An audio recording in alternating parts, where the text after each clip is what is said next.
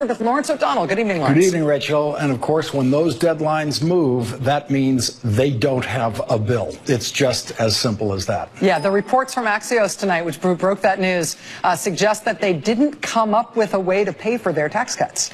Yeah, not even close. And some of the ways they've thought of are politically radioactive, like eliminating the deductibility of state and local taxes, which functions as double taxation in states, especially states. The higher the taxes, the worse that is.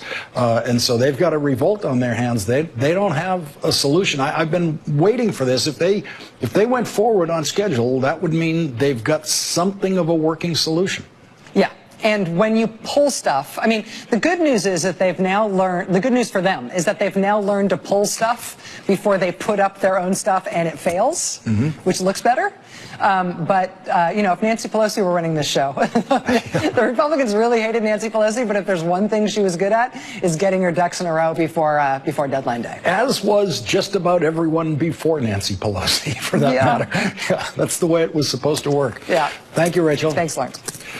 Well, Donald Trump got more bad news, very bad news, from Robert Mueller today, special prosecutor, the day after Robert Mueller revealed 3 indictments and the first guilty plea in his investigation. We will have all of that news, as well as a close look at the person, the new person in the Trump campaign, who we learned today is also talking to the special prosecutor and has actually testified to the special prosecutor's grand jury. That's coming up. But first, here in New York City, 8 people are dead and several more injured in what authorities are calling an act of terror this afternoon. A suspect drove a rented pickup truck down a bike path in Lower Manhattan just after 3 p.m., ramming pedestrians and cyclists before crashing into a school bus. The truck traveled a distance of nearly a mile along the West Side Highway between Houston and Chambers Streets before crashing. Here's how one of the eyewitnesses described the scene. I look down and I see a truck going down towards Chambers Street, and I'm saying, what's going on? So as I go down more, I see he's in the bike lane, clearly in the bike lane. And I see, when I go down, I see 2 gentlemen laying right there in the bike lane with tire marks across their body, and you could tell that they're not here no more. Law enforcement officials told NBC News that the driver shouted "Allahu Akbar," which is Arabic for "God is great," as he got out of that crashed truck. There you see him doing that and walking with a pellet gun and a paintball gun. He was then shot in the abdomen by a police officer and taken to Bellevue Hospital. The suspect has been identified as a 29-year-old immigrant from Uzbekistan who came to the United States in 2010. A note was reportedly found in the truck claiming he did this for ISIS. Here's what New York City Mayor Bill de Blasio said this afternoon. Let me be clear that based on the information we have at this moment, this was an act of terror, and a particularly cowardly act of terror aimed at innocent civilians, aimed at people going about their lives who had no idea of what was about to hit them. Joining us now from the scene in Lower Manhattan is NBC's Ron Allen. Ron, the police will have no problem getting eyewitnesses to this event. We've already seen some handheld video that people have made in the aftermath, and plenty of eyewitnesses seem to be available. Yes, and they're asking tonight for more video, more images, more people to come forward, because they want to piece together every single moment of this terrible incident. Remember, the crime scene is about a mile long, along the West Side Highway, along that bike path.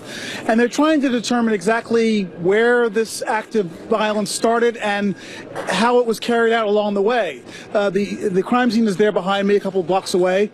It's still very active. The investigators are there. They're probably going to be there through the night and tomorrow morning trying to piece all this together. They are, of course, also trying to learn everything they can about the suspect, this 29-year-old man from Uzbekistan who's been in this country for a few years, the green card, a truck driver's license. We don't know much about him other than he apparently rented this truck from a Home Depot this afternoon around 2 o'clock in New Jersey and drove through the tunnel, came here to New York City about an hour later and carried out this dastardly act. Why he did it, unclear. There's this indication that he left a note of some sort or some writing suggesting that he was inspired by ISIS. Whether that's true or not, or whether that was a real motivation or not, is unclear. And of course, authorities are trying to determine how to prevent this from happening again. Tonight, on the streets of the city, there's been a very noticeable increase in police activity. There are Halloween parties in numerous neighborhoods around town, including one very large one, a traditional party in Greenwich Village that's not far from here, a couple of miles from here, where the police presence was visibly much stronger. The police have said that they will be out in force, and that tourists and residents should expect to see that and not be alarmed by that. Remember, this is not the kind of attack that police were not expecting. They, in recent years, since we've seen these attacks in Nice and other places in Europe, the authorities here in New York have been blocking major intersections with big trucks full of sand and dirt at major events like the Thanksgiving Day Parade. There have been larger patrols of officers at events like this when they thought there might be a truck attack. The police have even gone to truck rental agencies around the area at different occasions and warned the managers to be on the lookout for people renting trucks that might be doing something like this. So that speaks to how difficult it is to prevent these sort of things from happening. But the bottom line is that the authorities will get to the bottom of this. New Yorkers will go on as best they can. In the hours since the attack, we've noticed that the city has come back to life, and people, of course, are stunned and saddened by what happened. But life is not stopping here. Halloween festivities went on through the night, and will continue going on tomorrow. Life will, I'm sure, as the authorities continue to try and get to the bottom of this and to try and do everything they can to prevent it from happening again. NBC's Ron Allen from the scene in Lower Manhattan. Thank you for joining us, Ron. Really appreciate it. We're joined now by WNBC Chief Investigative Reporter Jonathan Dienst. Jonathan, this occurs in close proximity to the World Trade Center, deadliest terror attack in New York City since 9/11. Saifullah Saipov is the suspect. They say he drove that van, as Ron said, around 2 o'clock into New York City, and that he was targeting not only pedestrians and bikers along that path, but he also targeted a school bus that he saw, according to police, that was filled with disabled children. And he smashed the vehicle broadside right into the side of that school bus, injuring at least 3 of the disabled children on that van. And that's what eventually stopped the vehicle. Then he got out with those 2 guns and began shouting and running through the highway traffic with the paintball gun, as you described, until police officers who happened to be on the scene opened fire, shooting him in the midsection. He was taken to Bellevue Medical Center, where he was, they tried to question him. The initial feedback we got now is that he refused to say anything. They're still working on that. In the meantime, they are searching his house in Paterson, New Jersey. His driver's license also shows he had a residence in Tampa Bay, Florida. The FBI and the NYPD tracking that as well. So you've got active FBI and police investigations in connection with this going on in 3 states now. New York, where the attack happened, New Jersey, where the suspect is from and rented the vehicle, and Tampa Bay, Florida, where he also spent some time. We're told he's married, that he has children, perhaps 3 children, that he has been very religious and has become more religious over time, although right next door to his house is an area mosque, and people who spoke with my colleague Brian Thompson say he was not seen very often there. So unclear in terms of where or how he became radicalized, whether it was online. They will search his computers, they'll search his phone, but again, the note in the van, according to law enforcement officials, praising ISIS, saying he was doing this for ISIS, and that is why so early on they knew that this attack was an act of terror versus, if you remember, a few months back, a car drove through Times Square, and that was a case of alcohol, drugs, somebody who was apparently just crazy driving a vehicle the wrong way along the sidewalk. But you know how crowded that jogging path is, Lower Manhattan is. That's right near the Holland Tunnel. It's right near Ground Zero. It's right near Stuyvesant High School and some other schools. This could have been much worse. You've got 8 dead, 11 injured, but those bike paths are very crowded on a beautiful Halloween afternoon at 3 o'clock. This is a terrible incident. It could have been much worse. Do we know if he was living with his family in New Jersey? Because as the day progressed, there was some confusion about it. Is he a Florida resident? Is he a New Jersey resident? Our understanding is he has been spending time in both places, but that the family, at least according to residents who've seen him, they've seen him around with his wife and with his children, that she wears full garb, burqa, most of the time when she is out of the house. and the children that he is very religious, but he was not on any warning signs. There was no threats. There was no indication this attack was coming. He was not on any sort of watch list. He immigrated. He won some sort of lottery to obtain a green card to come here, and he did back in 2010, flew to New York through John F. Kennedy Airport, spent time in this area, in Paterson, which is a working-class immigrant city, then worked as a truck driver. His only run-ins in the law were traffic infractions, a couple in Pennsylvania, perhaps out in Ohio as well, and spending time in Florida. I don't have clarity yet on the Tampa connection, except that he spent some time living and perhaps working down there. Most of the information we're having right now is from what has taken place up here in New York. Jonathan Dinks, I know it's been an incredibly busy day for you here at the local news desk. Nobody works these cases like you do. We really appreciate you joining us tonight. Really appreciate it. Thank you. We're joined now by Jim Kavanaugh, a retired ATF special agent in charge and now an MSNBC law enforcement analyst. Jim, what do you make of this case as you read it so far? One mad dog, Lawrence, one mad dog terrorist. We know his motive. It was on the note. He said he was doing it for ISIS, and of course his behavior, his copycat behavior of all these other vehicle attacks, jumping out, trying to attack with the fake guns, screaming Allah Akbar.